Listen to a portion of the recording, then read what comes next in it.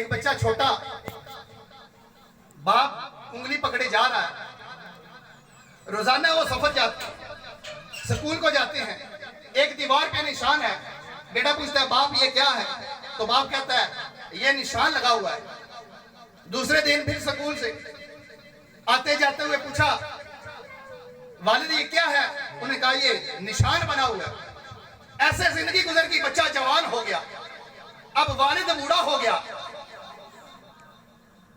एक दफा वालिद को पकड़ा और जा रहा था। वालिद ने कहा कि बेटा बताओ ये क्या है? उसने कहा ये तो एक निशान बना हुआ है, ये लकीर है। अब दूसरी दफा फिर गुजरे तो बाप ने कहा बेटा ये क्या है? तो फिर बेटे ने क्या किया समझ नहीं होती, भाई कल भी दसिया निशान पे है,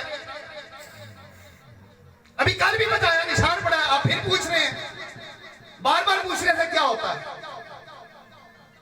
तो इस चीज को हमने ये देखना है, इस अकायद को हमने अपने मन के ऊपर उतारना है कि वालिदैन की इज्जत एहतराम हमने करना है, तो हम फिर अपनी कब्र और आखिरत में भी कामयाब होंगे।